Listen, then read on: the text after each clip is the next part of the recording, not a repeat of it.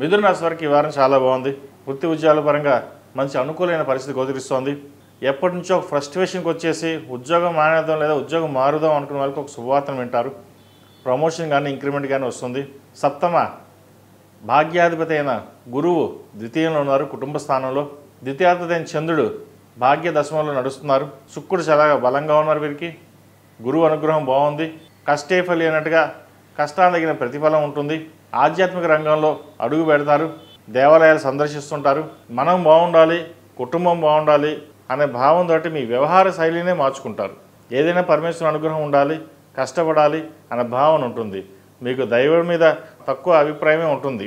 ఏదైనా దేవుడికి వెళ్ళి దండం పెట్టుకోవాలి, భగవంతుడు ఇవ్వాలి, మన పని మనం చేసుకుపోదాం అంతే తప్పితే కానీ పూర్తిగా దైవదనికి ఉండదు, అలా చెప్పి నాస్తికంగా ఉండదు, మధ్యస్థానంగానే ఉంటారు. ఏది ఏమైనా భగవంతుని దండం పెట్టుకోవడం చాలు, అంతవరకు అయిపోయింది. మిగతాది మన కష్టం మనం పడాల్సిందే. ఆ భావన బాగుంటుంది. మన కష్టంలోనే దేవుడు ఉంటాడు. కష్టపడండి, మంచి ఫలితాలు ఉంటాయి. అదేవిధంగా భాగ్యంలో రాహు ఉన్నారు. రాహు కూడా బలంగానే ఉన్నారు. మంచి అవకాశాలు కలిసి వస్తాయి. వచ్చిన అవకాశాన్ని సద్వినియోగపరచుకోవడంలో కొంత విఫలం అవుతారు. కాబట్టి ఏదైనా సరే, ఏ చిన్న విషయం సరే డీప్గా ఆలోచించుకుని ముందుకు వెళ్ళండి. ఒక్కోసారి మనకి బాగుంటుందా లేదా, ముందుకు వెళ్ళొచ్చా లేదా అనే ఆలోచన వస్తుంది. ఎవరు ఎన్ని చెప్పినా, ఇటు కుటుంబ సభ్యులు కావచ్చు, స్నేహితులు కావచ్చు, ఎవరిని చెప్పినా అవన్నీ ఆలోచించి మీ ఓన్ డెసిషన్ మీరు తీసుకుంటారు. అది మీకు కలిసి వస్తుంది.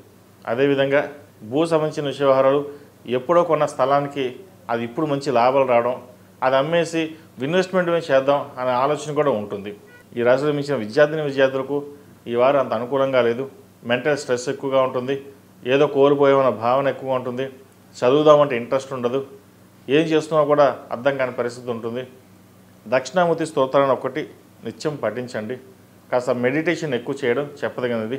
ఈ రాశిలో జన్మించిన స్త్రీలకు వృత్తి ఉద్యోగాల పరంగా గడిచిన కొన్ని వారాల కంటే ఈ వారం చాలా బాగుందని చెప్పొచ్చు. వ్యాపారంలో అనుకూలమైన స్థితి సంపాదిస్తారు.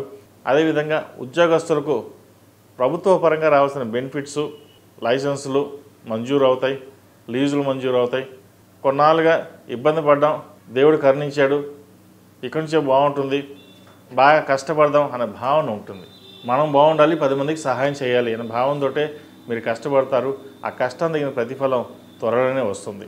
ఈ రాశివారు ప్రతిరోజు ప్రతినిత్యం ఓం నమో నారాయణ ఒత్తులతోటి దీపారాధన, అలాగే బుధవారం నాడు జిల్లెడు ఒత్తులతో దీపారాధన చేయండి. ఈ రాశిలో జన్మించిన వారికి కలిసి వచ్చే సంఖ్య 3, కలిసి వచ్చే రంగు గోధుమ రంగు. ఏదైనా పని మీద బయటకు వెళ్ళేటప్పుడు బుధవారం నాడు కానీ శుక్రవారం నాడు కానీ వెళ్ళండి. మంచి ఫలితాలు సంప్రాప్తిస్తాయి.